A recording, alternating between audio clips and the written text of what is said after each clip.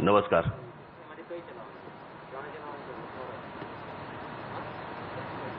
खरं तर माझ्या आधी एक इथे कार्यक्रम होता, एंटरटेनमेंट इंडस्ट्रीशी संबंधित लोक इथे येऊन बोलणार होते आणि त्याच्यानंतरचा शेवट या आत्ताच्या सगळ्या सेमिनारचा माझ्या भाषणाने होणार होता. मी राजू खांडेकरांना सांगितलं, म्हटलं माझं भाषण जरा ऐकलं आणि मला भाषणाची संधी आत्ता मिळाली. सर्वप्रथम मी एबीपी माझा यांना 10 वर्ष पूर्ण झाली, त्याबद्दल मी त्यांचं मनपूर्वक अभिनंदन करतो.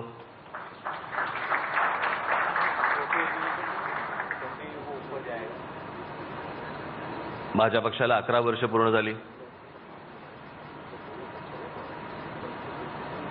आणि ही सगळी वर्ष घालवत असताना ते चालूच आहे आता. आणि नंतर मी विचार केला होता की खरं तर मला माझं फेसबुक पेज मला लॉन्च करायचं आहे आणि त्यानिमित्ताने मला पक्षाचा एक मेळावा मला मुंबईमध्ये घ्यायचा आहे. म्हटलं तेव्हाच बोलू, पण खांडेकर पडले आमचे जुने मित्र, आग्रह नाकारता नाही आला आणि म्हटलं आज म्हणून म्हटलं हो म्हटलं त्याला. पण मग मी आता आलो त्यावेळेला वरती विचारपूस केली का आधीची भाषणं काय काय झाली. मग मला असं वाटतं काही गोष्टी मला कळल्या, काही दृश्य अदृश्य वगैरे अशा काही गोष्टी घडल्या.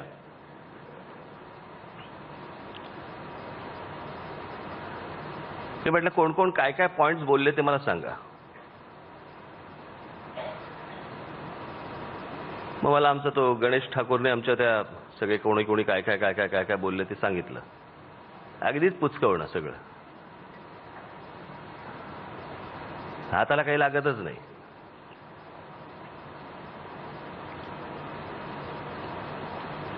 मी आज एबीपी माझाच्या माध्यमातून मी काही मला सांगितलं राजू खांडेकरांनी पुढची 10 वर्षाचा महाराष्ट्र कसा असेल. मला असं वाटतं आपण मागच्या वेळेला पण एक कार्यक्रम झाला होता, त्याच्यामध्ये 10 वर्षाचा महाराष्ट्र कसा असेल, एक 2, 3, 4 वर्ष झाली असेल मला असं वाटतं हा कार्यक्रम अशा प्रकारचा झाला होता. आणि ज्यावेळेला तुम्ही देश आणि राज्य ज्या वेळेला विचार करतो आपण, त्यावेळेला 10-10 वर्षाचा विचार करून राज्य आणि देश घडत नसतात. ते 100-100, 200-200 वर्षाचा विचार करून राज्य आणि देश घडत असतात. आणि पुढच्या 10 वर्षामध्ये महाराष्ट्राचा काय होणार हे सांगायला काही कुठच्या ज्योतिषाची आवश्यकता नाही. अनेक विषय महाराष्ट्रामध्ये आहेत, ते अनेक जण बोलत असतात, चॅनलवरती आपण पाहत असतो, वर्तमानपत्रामध्ये वाचत असतो.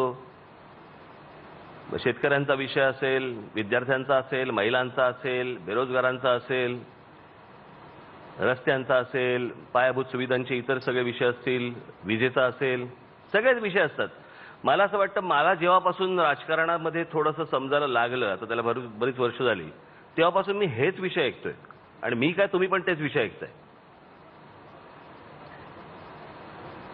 तुमचं जर समजा आयुष्यातलं रिवाइंडचं बटन जर समजा दाबून बघितलं तर मला असं वाटतं आज आपण जे विषय बोलतोय हे गेल्या 30 वर्ष 40 वर्ष आपण तेच विषय बोलतोय. आपण त्याच विषयांवरती बोलतो की पाण्याचा प्रश्न कधी सुटणार, बेरोजगारीचा कधी सुटणार, नोकरीचा कधी सुटणार, महिलांवरचे अत्याचार कधी थांबणार, शेतकऱ्यांची कर्ज कधी माफ होणार, शेतकऱ्यांचे प्रश्न कधी सुटणार. पण या सगळ्या गोष्टींच्या अजूनपर्यंत मला असं दिसतंय की अनेक सरकार आली, परंतु त्याचा खोलात जाऊन विचार करायला आणि तो खोलात जाऊन विचार करून तो लोकांना नक्की काय आहे हे खरं सांगायचं धैर्य कोणी दाखवत नाहीये. आज आपण अनेक ठिकाणी बघतो, मी एक उदाहरण म्हणून सांगतो. केंद्र सरकारच्या जाहिराती चालू आहेत, रस्त्यावरती शौचालयास बसू नका, शौचालय बांधली पाहिजेत, शौचालयात गेलं पाहिजे. हो, प्रत्येकाला वाटतं. या देशातल्या काय जगातल्या प्रत्येक व्यक्तीला असं वाटतं की उघड्यावरती बसू नये. आपली इज्जत आणि आबरू आपण रस्त्यावरती घेऊन का बसावं, प्रत्येकाला वाटतं. आणि त्याच्यावरती एवढ्या सगळ्या त्या जाहिराती टेलिव्हिजनवरती चालू आहे, त्याच्यावरती मग चित्रपटांना स्पॉन्सरशिप मिळतात आणि मग त्याच्यावरती वर्तमानपत्रांमध्ये जाहिराती येतात, सगळ्या गोष्टी सुरू आहेत. त्याच्यावर किती खर्च चालू आहे तो बाजूलाच, त्याच्याबद्दल कोण बोलतच नाहीये. कशी शौचालय बांधणारात, जिथे पिण्याचं पाणी मिळत नाही, जिथे शेतीसाठी पाणी मिळत नाही, जिथे पाण्याचं एवढं दुर्भिक्ष ज्या महाराष्ट्रामध्ये या देशामध्ये आहे, तिथे तुम्ही सांगताय शौचालय बांधा. जिकडे एक बल्ब लावायला वीज मिळत नाही, जिकडे ते शौचालय साफ ठेवण्यासाठी म्हणून तुम्हाला तिकडे पाणी मिळत नाही, तिथे तुम्ही या देशभरामध्ये सांगताय शौचालय बांधा. कोणी खोलात जायला तयार नाही, कोणी स्पष्ट बोलायला तयार नाही. सगळ्या गोष्टी हवेत सुरू आहेत, हवेत.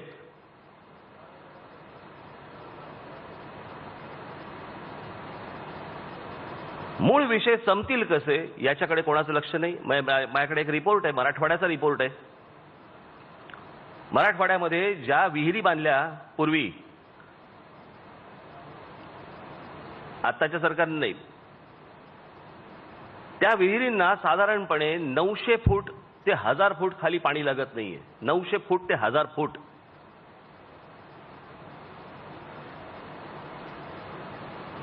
मला असं वाटतं नॅशनल जिओग्राफिकचा सर्वेप्रमाणे बघायला गेलं तर त्यांचं असं म्हणणं आहे की आत्ताची परिस्थिती मराठवाड्यातली ही जर अशीच राहिली तर पुढच्या साधारणपणे 15 ते 20 वर्षात मराठवाड्याचा वाळवंट होईल. आणि जर का मराठवाड्याचा वाळवंट झाला तर तो जर परत तसाच पूर्वीसारखा जर करायचा आपण ठरवला वाळवंट झाल्यानंतर, तर त्याला साधारणपणे 150 ते 200 वर्ष लागतील. आज जर समजा मराठवाड्यातली जर पाण्याची परिस्थिती ही असेल तर तिथे तुम्ही सांगताय की तिथे शौचालय बांधली गेली पाहिजेत. कशी बांधणार तुम्ही शौचालय? कोण साफ ठेवणार ती? पाणी नाही, वीज नाही, अशा ठिकाणी तुम्ही नवीन काहीतरी योजना आणताय आणि मग तुम्ही सरकारी तुमच्या त्या जाहिरातींवरती एवढा खर्च करताय. आपण खोलात जायला तयार नाही होत. आपण एकमेकांशी खोटं बोलतोय आणि जगतोय.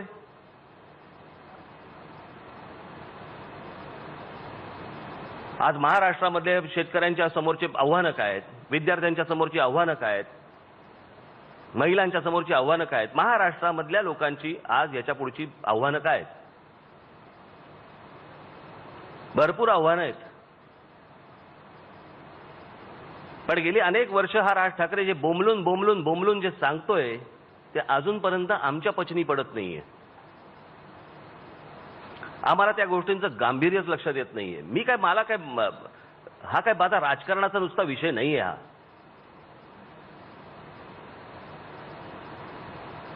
पण आज ज्या प्रकारे फक्त महाराष्ट्रावरती, खास करून महाराष्ट्रावरती ज्या प्रकारचं आक्रमण जे बाहेरून येतंय होतंय ते आपण जर आवरू शकलो नाही, मला असं वाटतं आपण पुढच्या 10 वर्षाचा कशाला आपण कसलाच विचार करता कामा नये.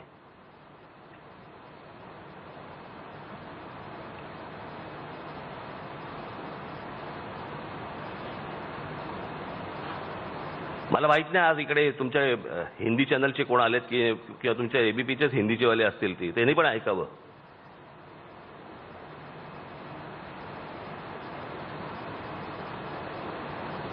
ही हिंदीची जी काही जबरदस्ती सगळ्या ठिकाणी चालू आहे, सगळ्या राज्यांमध्ये, कशासाठी चालू आहे, कोणासाठी चालू आहे?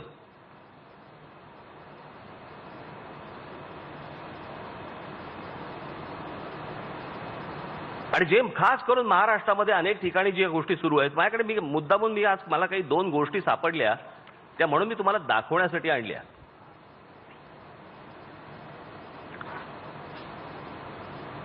आज एबीपीच्या माध्यमातून आज जर महाराष्ट्रातल्या तमाम मराठी लोकांना जर समजा ही गोष्ट समजली तर मला असं वाटतं त्याचा मला जास्ती आनंद होईल.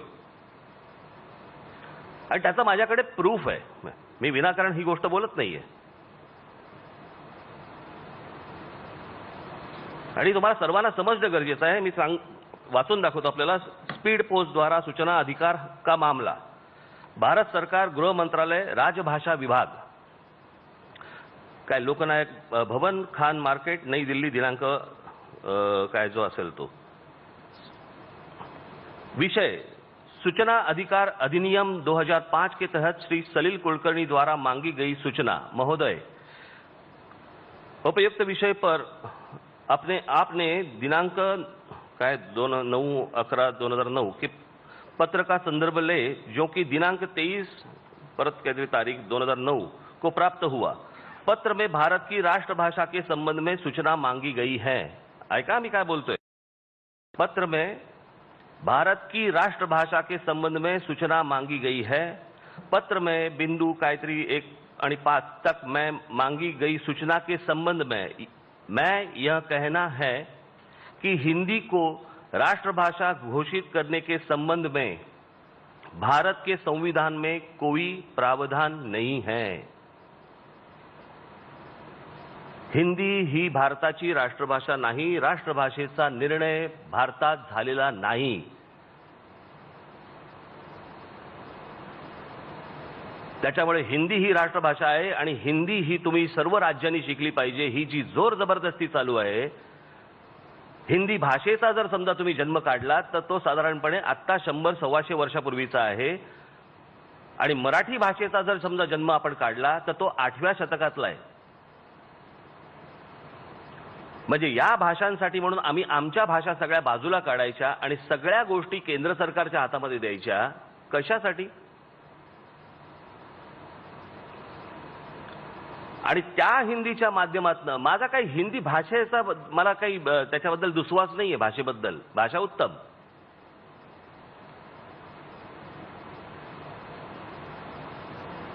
भाषेचा दुस्वास करणं इतपत मी मूर्ख नाहीये। कुठचीही भाषा ज्यावेळेला निर्माण होते त्यावेळेला ती अप्रतिमच असते। माझ्या वडिलांकडे मोहम्मद रफी यांनी 14 गाणी गायलीत मराठीमध्ये आणि माझ्या वडिलांना हिंदी तर उत्तम यायचंच व्याकरणासकट। क्या है रे तिकडे चलो पलीकडे या लेवलचं हिंदी नव्हतं, व्याकरणासकट उत्तम हिंदी यायचं आणि त्यांना उत्तम उर्दू यायचं। त्यांना उत्तम उर्दू लिहिता वाचता आणि बोलता यायचं। जसं आपण मराठी लिहितो तसं ते उर्दू पण लिहू शकायचे। त्याच्यामुळे भाषेचा दुस्वास करणं हा माझा भाग नाहीये, परंतु आमची भाषा सोडून आम्ही परकी भाषा का म्हणून अंगावरती घ्यायची? आणि या भाषेच्या माध्यमातून जी लोक आज महाराष्ट्रामध्ये येत आहेत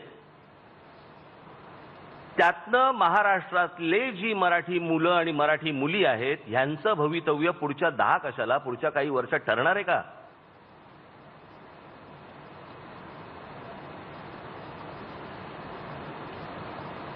मराठीचा विचार न करता आपण बाहेरच्या राज्यातनं येणाऱ्या लोकांचा विचार करून आपण आपली भाषा बाजूला सारून आपण त्यांच्या भाषेला आपण काय गोट्या आहोत का घरंगळत जायला? ज्या ज्या राज्यांनी आपल्या भाषेचं तत्व ज्याला जोपासलं, भाषा टिकवल्या, त्यांची माणसं टिकवली। आपण म्हणतो आपण मराठी आहोत। मराठी म्हणजे काय आहोत? आपण मराठी भाषा बोलणारी लोक आहोत म्हणून मराठी आहोत ना। आमच्या कवींना आमच्या साहित्यिकांना दुसऱ्या भाषा येत नव्हत्या म्हणून मराठी लिहिलं नाही त्यांनी। त्यांना उत्तम इंग्रजी यायचं, इतर भाषाही यायच्या, परंतु मराठी साहित्य हे वाढलं पाहिजे, मराठी भाषा ही वाढली पाहिजे, समृद्ध झाली पाहिजे, याच्यासाठी आमच्या कवींनी आणि लेखकांनी केलेले प्रयत्न हे व्यर्थ ठरवायचे। आणि त्या भाषेच्या माध्यमातून येणारी जी सगळी माणसं आहेत, आज आपल्या शहरांमध्ये येणारी माणसं आहेत, त्याच्यानंतर आपण म्हणायचं की आमच्या महाराष्ट्राचं भवितव्य काय? आमच्या मुलांचं आमच्या मुलींचं भवितव्य काय? राहील कुठे आणि उरेल कुठलं भवितव्य? म्हणजे आमचा विचार न करता इतरांचा विचार करणारा हा कालचा, आज काय तारीख आहे? आज 22 तारीख आहे। हा 21 कालचा 21 तारखेचा गव्हर्नमेंटचा GR आहे। हा गव्हर्नमेंटचा GR मी तुम्हाला वाचून दाखवतो, तुमचे उघडले तर डोळे।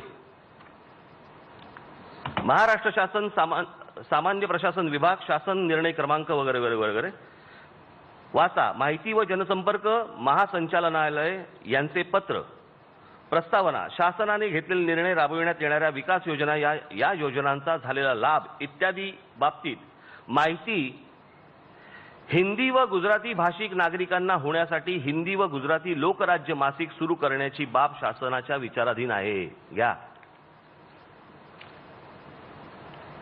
लोकराज्य नावाचं जे सरकारचं राज्य सरकारचं जे मासिक येतं ते मासिक आता हिंदी भाषेत आणि गुजराती भाषेमध्ये काढायचं सरकारने ठरवलंय। का? तर त्यांना समजावं म्हणून। लोकसंख्या किती त्यांची? महाराष्ट्राची लोकसंख्या किती? 11.5 कोटी. 11.5 कोटीमध्ये मराठी माणसं किती आहेत? साधारणपणे 9.5 कोटी.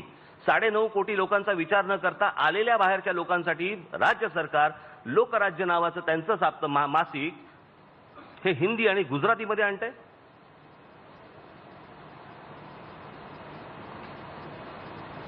मतांसाठी किती घरंगळत जायचं, याला काही मर्यादा?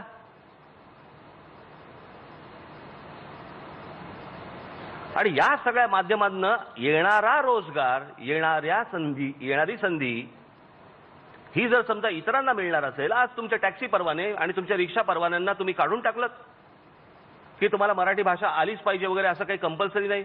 कोर्ट ठरवणार, नागपूरचं हायकोर्ट ठरवणार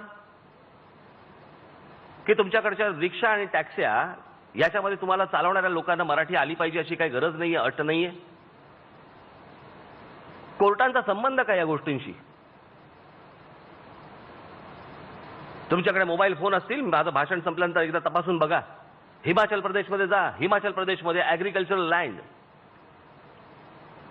हिमाचली माणूस असल्याशिवाय तुम्हाला खरेदी करता येत नाही असा राज्य सरकारचा निर्णय आहे त्यांचा. राज्य सरकारचा निर्णय, तिथे कोर्ट आडवी येत नाहीत. तुम्ही हिमाचल प्रदेशमध्ये जमीन घेऊ शकत नाही. आजपर्यंत आम्ही ऐकलं होतं की 370 कलम हे फक्त काश्मीरामध्ये लागतं.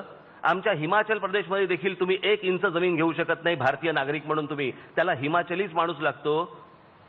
हे जर हिमाचल प्रदेशमधली कुठचीही कोर्ट जर समजा त्याला आडवी येत नसतील, तर आमच्याकडच्या टॅक्सी परवाने आणि रिक्षा परवान्यांमध्ये मराठी मुलांची भरती व्हावी किंवा मुलींची भरती व्हावी याच्यासाठी जर आग्रह धरला तर कोर्ट सांगता आम्हाला की मराठीची अट नाही म्हणून.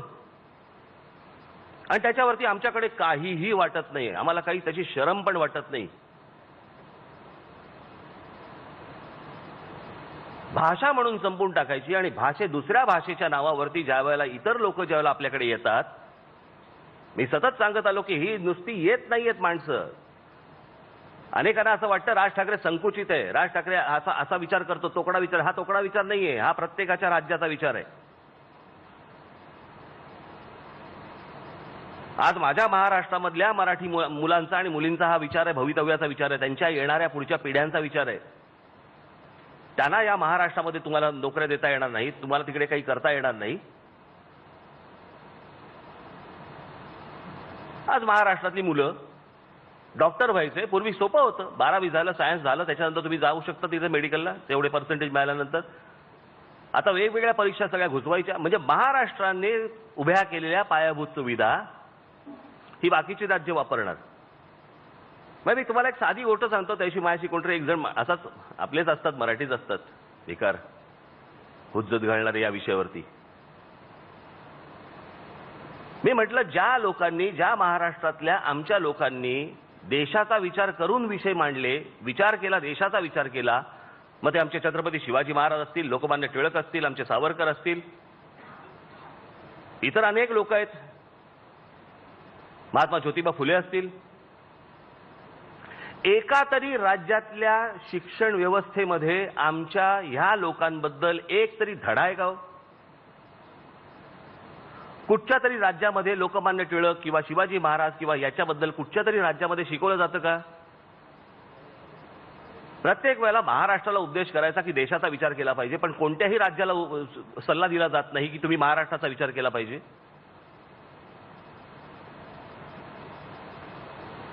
आणि या भाषेच्या सगळ्या जोरांवरती जर समजा इतक्या मोठ्या प्रमाणावरती या महाराष्ट्रामध्ये जर लोक येणार असतील, तर आमच्या इथल्या लोकांनी करायचं काय? आज मुंबईची तीच परिस्थिती, आज शहरांची तीच परिस्थिती. आणि येणारी वाढती लोकसंख्या याच्यामुळे बोजवारा उडालेली ही सगळी पायाभूत सुविधा आणि सगळी शहरं वाट लागली.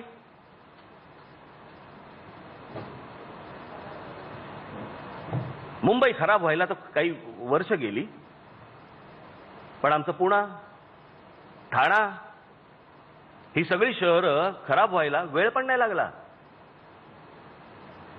अशीच संपली, अशीच गेली. कुठपर्यंत पसरले पुणे कळतच नाही.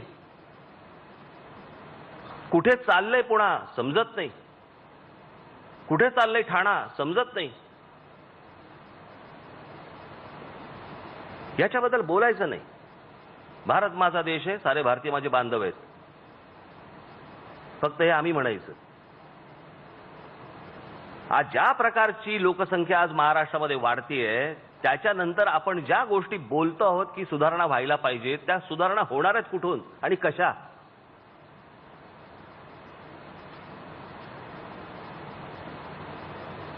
इतरांनी केलेल्या गोष्टी चालतात. अल्पसंख्याक नावाच्या एका गोष्टीवरती, अल्पसंख्याक नावाच्या वरती तुम्हाला तिकडे शाळा काढायला परवानग्या मिळतात. त्या शाळांमध्ये पुढे 8वी नंतर पुढे कंपल्सरी नाही, मराठीची गरज नाही.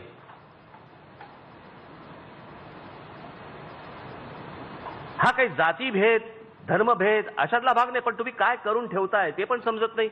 आज मराठी माध्यमांच्या ज्या शाळा आहेत, या मराठी माध्यमांच्या शाळांमध्ये मला काही शाळा मला माहिती आहेत, बालमन विद्या मंदिर सारखी असेल, राजा शिवाजी महाविद्यालयासारखी असतील. तुम्ही नियम घालून दिलेल्या 1 किलोमीटरच्या परिसरामधली लोक तुम्हाला पाहिजेत. हा सरकारने घातलेला नियम. त्याच्या बाहेरची लोक येतात, त्यातले बरेचसे हे मुस्लिम धर्मीय आहेत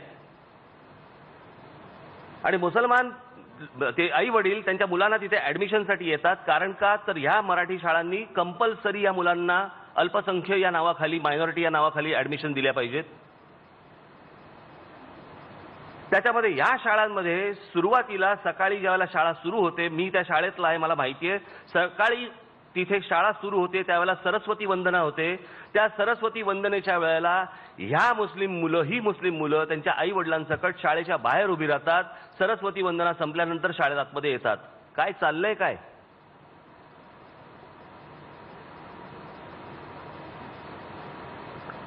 सरकार म्हणून कोणाची हिंमत होत नाही की तुम्हाला जर ऍडमिशन पाहिजे असेल तर तुम्हाला बसायला लागेल म्हणून. पण इतक्या वर्षांच्या परंपरा सगळ्या सोडून द्यायच्या, तोडून द्यायच्या, फक्त आम्ही सोडायच्या, आम्ही तोडायच्या, बाकीच्यांनी जपायच्या. अल्पसंख्येच्या नावाखाली ज्या काही शाळा आल्या इतर भाषांच्या, त्याच्यामध्ये एक तर त्यांच्या भाषेतले लोकच नाही आहेत, पण त्यांना अल्पसंख्या नावाखाली शाळा मिळतात. हे शाळांचं धोरण हे तुमच्या राज्यात, महाराष्ट्र राज्यात, बाकीच्या राज्यांमध्ये जाऊन बघा जरा. मी हा विषय तुम्हाला सांगण्याचा, मांडण्याचा उद्देश फक्त एवढाच आहे का आज इथे मुख्यमंत्री आले काय आणि अजून कोणी लोक आले काय आणि त्यांनी तुम्हाला सांगितलं की महाराष्ट्रामध्ये हे होणार आहे आणि ते होणार आहे. ते होणार आहे कसं होणार आहे?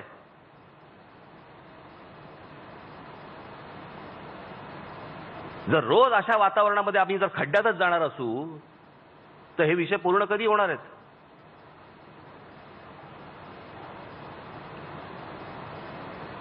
शेतकऱ्यांच्या कर्जमाफीचा विषय किती वेळा कर्जमाफी, म्हणजे हा सगळा विषय एकदा तुम्ही संपवला पाहिजे.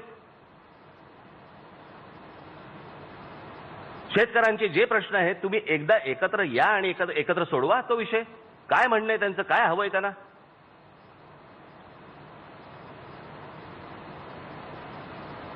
त्या दिवशी ते आपले कोण रेव्हेन्यू मिनिस्टर, काय त्यांचं नाव, आपले चंद्रकांत दादा पाटील, ते येऊन गेले माझ्याकडे. हा सगळा विषय मला ते कर्जमाफीचं सांगत होते. तर म्हटलं चंद्रकांत दादा, म्हटलं हे किती काळ चालणार, म्हटलं या सगळ्या गोष्टी. आमचा शेतकरी जगला पाहिजे, त्याच्या आत्महत्या थांबल्या पाहिजे, ह्याच्याबद्दल प्रश्न नाही, परंतु त्याला जे हवंय ते अजूनपर्यंत कुठचंही सरकार पुरवायला तयार नाही. आणि मग कर्जमाफी करायची. कर्जमाफी ही कशी होणार? तुम्ही राज्यावरती किती बर्डन टाकणार आहात पैशाचं, याला काही मर्यादा?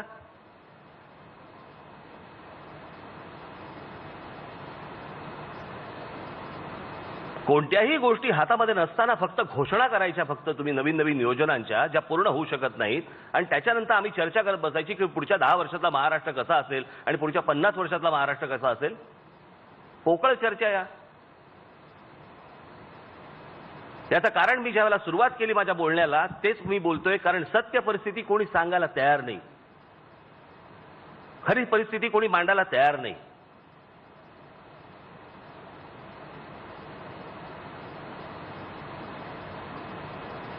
आज मीडियाचा रोल घ्या, तो काय फक्त राज्यातला नाही, देशभरातला मीडियाचा रोल घ्या. आज वर्तमानपत्रांचा रोल घ्या, आज तुमच्या चॅनलचा रोल घ्या. काय रोल आहे? चिडी चूप.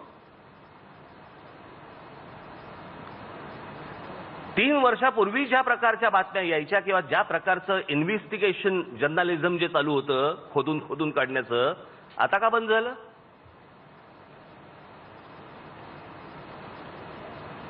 मी हे का सांगतोय तुम्हाला, येणाऱ्या पुढच्या पिढ्यांवरती आपण कोणता प्रभाव टाकतो आहोत, काय आम्ही सांगणार आहोत, आमच्या मुलांना काय सांगणार आहोत, की व्हॉट्सअपवरती आम्हाला मोर्चे दिसत आहेत परंतु वर्तमानपत्र आणि चॅनलमध्ये त्याचे फोटो येत नाहीत, त्याच्या बातम्या येत नाहीयेत. आम्ही काय सांगायचं, नाही बाळा काय नाही, मालक विकले गेले, केंद्र सरकारला मालक विकले गेले, त्याच्यामुळे तुला आता बातम्या ह्याच्या पुढे ऐकायला नाही मिळणार. ह्या सगळ्या तुला अगदी छाटून छाटून बातम्या तुझ्या पुढे याच्या पुढे येतील. या जीएसटी नंतर गुजरातमध्ये जे मोर्चे निघाले, सुरतमध्ये जे मोर्चे निघाले, व्हॉट्सअपवरती तुमच्याकडे मोर्चांचे फोटो येत आहेत, त्याच्यावरती तुमच्या क्लिप्स येत आहेत, परंतु चॅनलवरती कोणी क्लिप दाखवायला तयार नाही. वर्तमानपत्रामध्ये त्या कोण पटेल होता तो तिथला मोर्चा काढणार, तो हार्दिक पटेलच्या मोर्चे, त्याची भाषणं, ते चालू होतं ना वर्तमानपत्र, इथे वर्तमानपत्र चॅनलवरती. मग अचानक का थांबलं हे सगळं? गुजरातमध्ये होणाऱ्या गोष्टी, तिथे होणारा उद्रेक, तिथे निघणारे मोर्चे हे भारतातल्या कोणत्याही चॅनलवरती दाखवले जात नाही, कोणत्याही वर्तमानपत्रामध्ये त्याचे फोटो येत नाहीत. ही कोणती आणीबाणी? आणि त्या आणीबाणीच्या विरोधात कोणी बोलायला तयार नाही, कोणी काही सांगायला तयार नाही. माझा काय सरकार हा विषय नाहीये. सरकारने चांगल्या गोष्टी केल्या, सरकारने वाईट गोष्टी केल्या. चांगल्या गोष्टी केल्या तर कौतुक करा, मीही करीन. वाईट गोष्टी केल्या तर ठोका. पण आपण पायंडे कोणते पाडतो आहोत आणि भविष्यात येणाऱ्या आमच्या पिढ्यांना आम्ही कोणता आदर्श आम्ही निर्माण करत आहोत, काय सांगणार आहोत आम्ही त्यांना? आदर्श बघायचा असेल आज अमेरिकेत बघा, तुम्ही CNN बघा, न्यूयॉर्क टाइम्स बघा. जरी ट्रम्प तिथे निवडून आले, त्यांच्या विरोधात एक भूमिका घेऊन उभे आहेत. व्हाईट हाऊसमध्ये त्यांना बंदी केलेली आहे CNNला. काही फरक पडत नाही आम्हाला. CNN वाले म्हणाले आम्हाला काही फरक पडत नाहीये. चांगल्याला चांगलं म्हणणं, वाईटाला वाईट म्हणणं. बरं, अनेकदा आम्ही चांगलं करून आम्हाला वाईटच म्हटलं गेलं, तो भाग परत वेगळा. जेव्हा विचारलं जावं काय बाबा हे असं एवढं चांगलं केल्यानंतर का वाईट बातमी, नाही चालायचंच.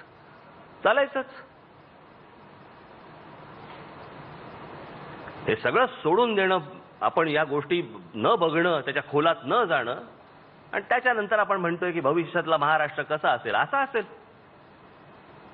दिनदुबळा,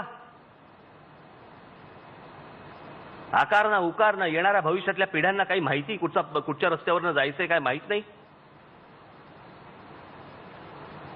केंद्र सरकार, राज्य सरकार, आधी जे लोक करत होते, काँग्रेस सरकार, हे त्याच्या पुढेच चालू आहेत.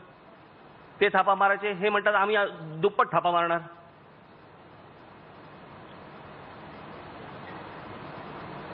पण त्याच्या खोलात जाऊन कोणी बघायला तयार नाही, कोणी मांडायला तयार नाही. उद्या राजू खांडेकर म्हणतील आम्ही क्लिप दाखवतो, आम्ही मांडत असाल. परंतु सर्वांनी मिळून ज्या गोष्टी करायला पाहिजेत, आज आमचे साहित्यिक, आज आमचे पत्रकार, आज आमचे लेखक, इतर सगळे लोक कुठे आहेत? मी लहान होतो परंतु जाण होती. त्या आडीमाडीच्या वेळेला कसे सगळे उठले होते हे आम्हाला मान्य नाही. या गोष्टी आम्हाला मान्य नाहीत. हे सांगणारे लेखक होते, पत्रकार होते, संपादक होते.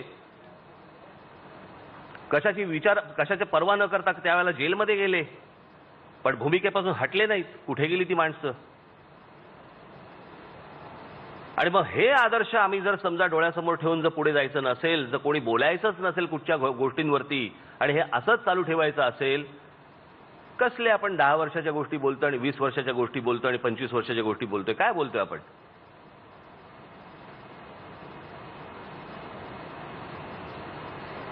विषय फक्त नुसते सेमिनार पुरता आणि फक्त कोणीतरी येऊन फक्त बोलून जाण्यापुरता जर मर्यादित असतील, काही हरकत नाही, बोला. एंटरटेनमेंट.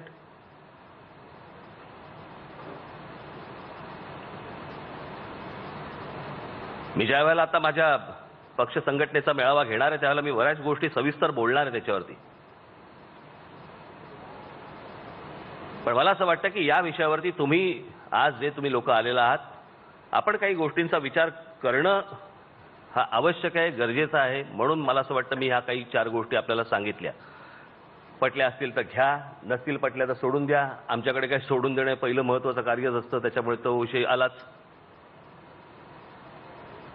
पण यात एका गोष्टीतनं प्रश्न हे गुंतागुंतीचे होत चाललेले आहेत. त्याच्यातनं जर समजा कोणी सांगत असेल की मला प्रश्न सोडवायचा आणि मी तो सुटेल, आज तरी मला दिसत नाही. मी महाराष्ट्राचा विकास आराखडा हा 2014 साली आम्ही जेव्हा मांडला, इथे अनिल शिदोरे बसलेत, आम्ही सगळ्यांनी त्याच्यावरती काम केलं. मी माझं फेसबुक पेज ज्यावेळेला मी आता ऑगस्टमध्ये आणीन त्यावेळेला मी त्याच्यावरती तर टाकणार आहे. मराठीमध्ये पण टाकणार आहे, इंग्रजीमध्ये पण टाकणार आहे, हिंदीत नाही टाकणार आहे.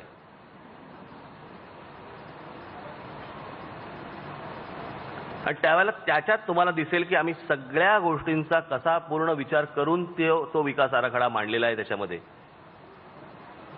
मला असं वाटतं आपल्याला या सगळ्या विषयांवरती खूप विषय आहेत या देशामध्ये. आपल्याकडे विषयांची देशामध्ये कमतरताच नसते. आपल्याकडे विषय निर्माण होतात पण संपत नसतात. त्याच्यामुळे खूप विषय वर्षानुवर्ष आपल्याकडे प्रलंबित आहेत. ते कमी होत, ते सुटोत, अशी फक्त पुढच्या 10 वर्षामध्ये मी आशा बाळगतो आणि आपणा सर्वांची मी रजा घेतो. धन्यवाद.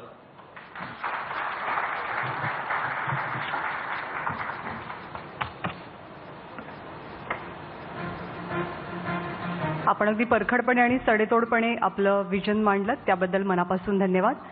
या सत्रामध्ये आपण इथेच थांबतोय. अगदी थोड्याच वेळात आपण आपलं पुढचं सत्र सुरू करणार आहोत. तेव्हा आतापर्यंत या विजनमध्ये अनेकांनी आपली विजन मांडलेली होती. मात्र मनसे अध्यक्ष राज ठाकरे यांनी महाराष्ट्रातले काही महत्त्वाचे मुद्दे, प्रश्न मांडले हे विजन मांडण्याआधी. यासोबतच बुलेटिनमध्ये एक छोटासा ब्रेक घेतोय. बघत रहा एबीपी माझा.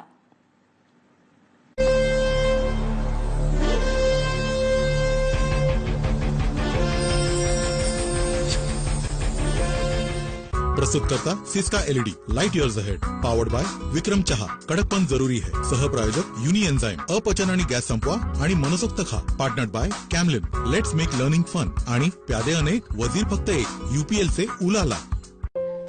वाव, इतकं रिअल कसं? ढांटानान मिक्सिंगचा magic. Crayons, Camel oil pastels, 2 colour mix करा आणि नवीन कलर बनवा. काय चाललंय? Camel oil pastels. Mix in some magic. Camel, India's #1 brand of crayons. Trip पे पता नहीं कहाँ कैमरा छूट गया. माय कैमरा? फोटो नहीं यार.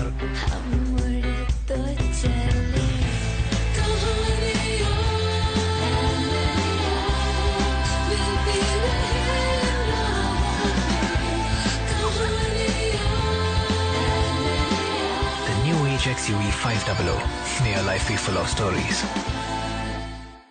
माझा डिओ जास्त चालतो. माझा डिओ स्ट्रॉंग स्मेलचा, ॲडिक्शन मध्ये आहे 2 परफ्यूमचा अनोखा संगम. ॲडिक्शन स्ट्रॉंग वासाचा, जास्त चालतो. इतकी कामं करूनही तुझा उजळपणा कधी कमी नाही होत. सोड, मला आंघोळीला जायचंय. गोदरेज #1 मध्ये 3/4 हळद, चंदन आणि इतर नैसर्गिक तत्व, ज्याने माझ्या त्वचेला मिळतो नैसर्गिक निखार. अरे जा. अरे वा, मस्तच.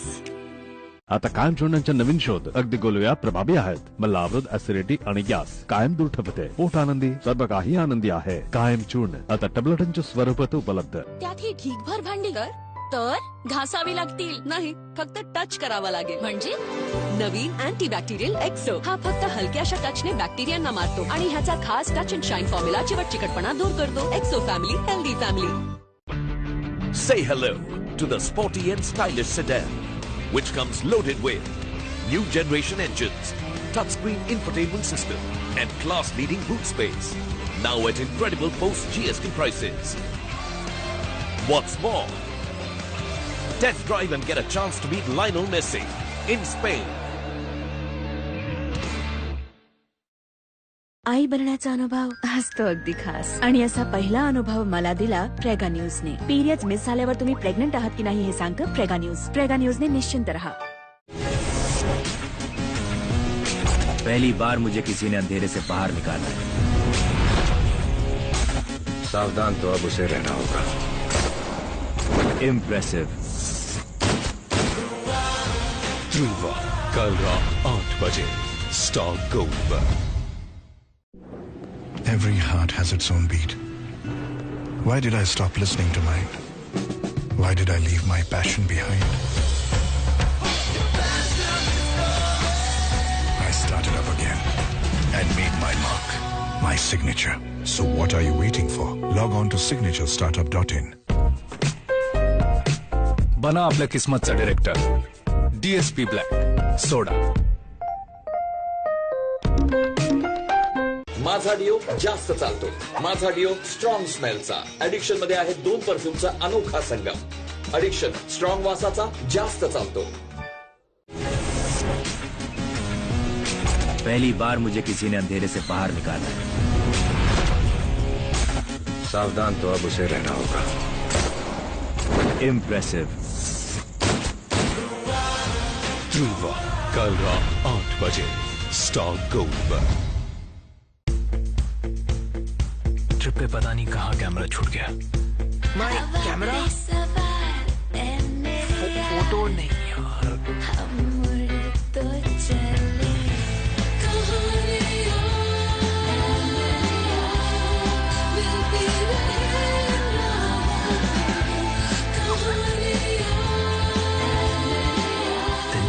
XUE 500. May your life be full of stories. Patanjali सादर करीत आहे कडुनिंब, ॲलोवेरा, हळद, चंदन, गुलाब इत्यादी जडीबुटींपासून निर्मित बाथ सोप. यामध्ये जडीबुटींसोबत 40% शुद्ध नारळाचं तेल आणि वनस्पती ऑइलचं संतुलित मिश्रण आहे. त्यामुळे मिळते तुमच्या त्वचेला नैसर्गिक कोमलता आणि सुंदरता. आता सुपर सिवर पॅक वर 5 रुपये वाचवा. मन क्यों बहका रे बहका आधी रात को.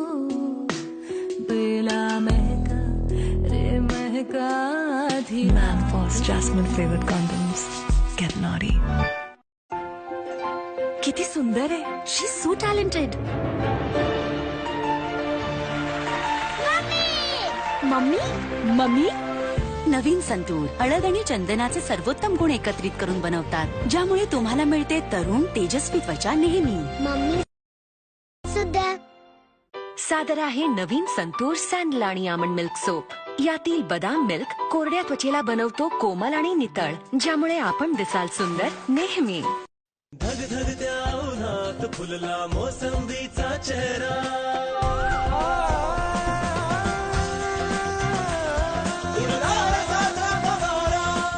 बेस्ट क्वालिटी निवडक मोसंबीच्या पल्पची मजा घ्या प्रत्येक गल्प मध्ये. नवीन minute made pulpy mosambi. Grown in India, made in. Teacher 1 minute please. Puncture ना. खटारे को छोड़, देख मेरी फास्ट रेस कार चली smooth and non stop. Camlin pen pencil मेरी fast race car. Camlin, India's #1 brand of mechanical pencil. Let's have fun. महाराष्ट्राचे लोकप्रिय माजी उपमुख्यमंत्री माननीय श्री अजितदादा पवार यांना वाढदिवसानिमित्त मनपूर्वक शुभेच्छा. शुभेच्छुक आमदार सतीश चव्हाण.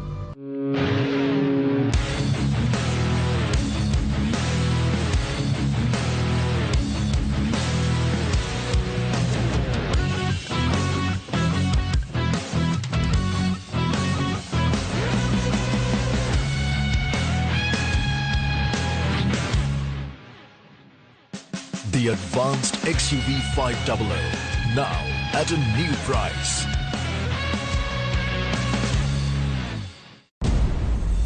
एक इंसान को 8 तरीकों से डिस्ट्रॉय करना.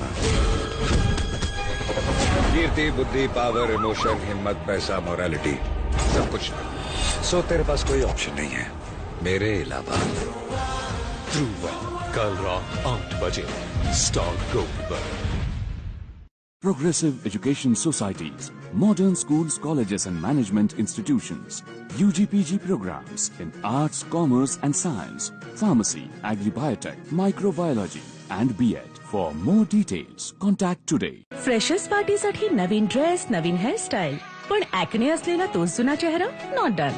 सिंपल, घ्या ऍक्नेस्टा. याची 3 स्टेप ऍक्शन बॅक्टेरियावर अटॅक करते, ऍक्ने संपवते आणि स्किन क्लिअर करते. ऍक्नेस्टा, ऍक्नेचा स्पेशलिस्ट. न्यूरोबियॉन ट्रू हीरोज देखिए 23 जुलाई दोपहर 3:30 बजे. मुथूट फायनान्स, भारताचा क्रमांक 1 सर्वाधिक विश्वासार्ह फायनान्शियल सर्व्हिसेस ब्रँड सादर करीत आहे गोल्ड लोन केवळ 1% प्रति महिना व्याज दरावर. सोबत मिळवा अधिकतम कर्जाची रक्कम, मिळवा मोफत विमाकृत लॉकर, ऑनलाईन गोल्ड लोनची सुविधा, कॉल करा 180012023838. नो झंझट, लोन फटाफट. अशी तशी दोस्ती नाही, एक पाऊल ही नंबर 1 यारी आहे, ही नंबर 1 यारी आहे. You know I can't. मी इथेच ठीक आहे, पण आपल्याला झेप घ्यायची आहे सिड. झेप. अरे घाबरू नकोस ना, आम्ही आहोत ना तुझ्यासोबत. त्याचीच तर भीती वाटते मित्रांनो. मॅकडॉनल्ड्स नंबर 1 सोडा. जगूया आज नंबर 1 मैत्री. प्रत्येकाला हवा असतो आणखी थोडा गोरेपणा, पण शेड कार्ड्स भिंतींसाठी असतात, तुमच्या चेहऱ्यासाठी नव्हे. खरी समस्या आहे डार्क स्पॉट. नवीन Nivea men dark spot reduction face wash व्हाईटनॅट युक्त. हा डार्क स्पॉट्स कमी करतो, मिळवून देतो स्वच्छ नितळ त्वचा. जसे आहात तसेच दिसा. Nivea Men, it starts with you. Say hello to the sporty and stylish sedan, which comes loaded with new generation engines, touchscreen infotainment system, and class-leading boot space. Now at incredible post-GST prices. What's more, test drive and get a chance to meet Lionel Messi in Spain. त्यात ही ढीगभर भांडी तर घासावी लागतील नाही, फक्त touch करावं लागेल. म्हणजे नवीन antibacterial एक्सो. हा फक्त हलक्याशा टचने बॅक्टेरियांना मारतो आणि ह्याचा खास टच अँड शाईन फॉर्म्युला चिकटपणा दूर करतो. एक्सो family, healthy family.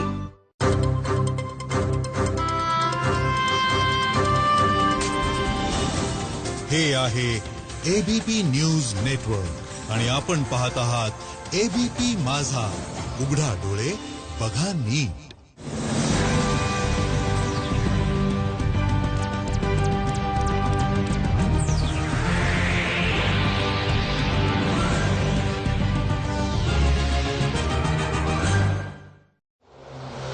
Headlines brought you by Suhana मसाले.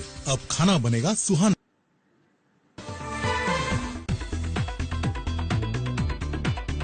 अनेक अदृश्य हात सरकारसोबत असल्यानं राजकीय भूकंप होणार नाही. एबीपी माझाच्या कार्यक्रमात मुख्यमंत्र्यांचा शिवसेनेला इशारा.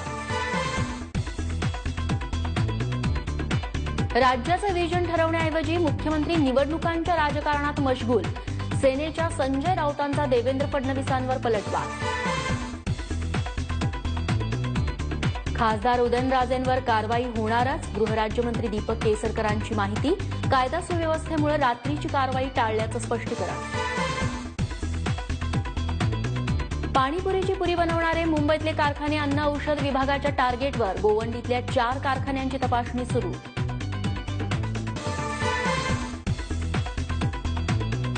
धुवाधार पावसानं कोल्हापूरचं कंबरडं मोडलं. पुणे नाशिकचं धरण फुल.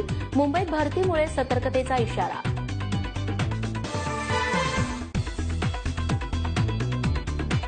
गुजरातच्या सौराष्ट्रात पूरस्थिती. राजकोट आणि भावनगरमध्ये तुफान पाऊस. जनजीवन विस्कळीत.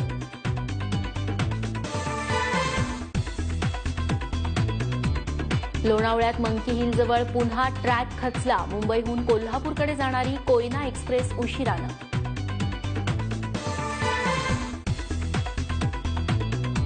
धुळ्यातील कुख्यात गुंड गुड्ड्याच्या हत्येप्रकरणी संशयिताला अटक. 5 दिवसांनंतर सागर पवार पोलिसांच्या ताब्यात.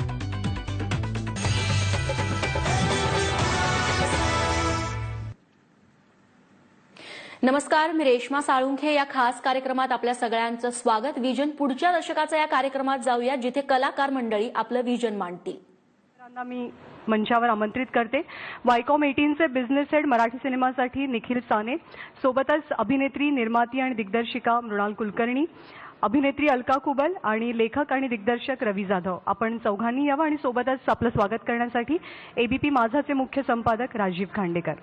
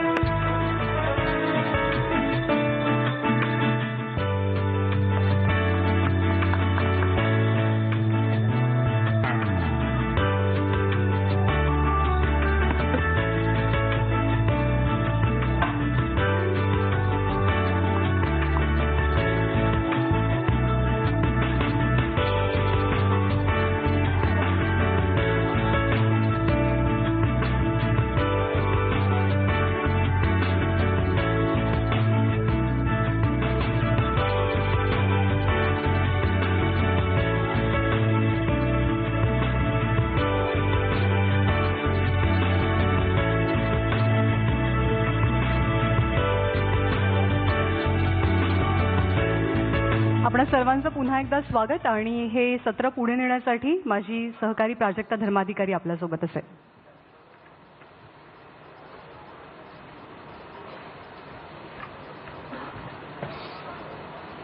खरं तर ज्ञानदाने जसं मगाशी ओपनिंगमध्ये सांगितलं त्याच पद्धतीने गेल्या 10 वर्षांमध्ये किंबहुना 5 वर्षांमध्ये मराठी सिनेमा खूप बदललेला आहे.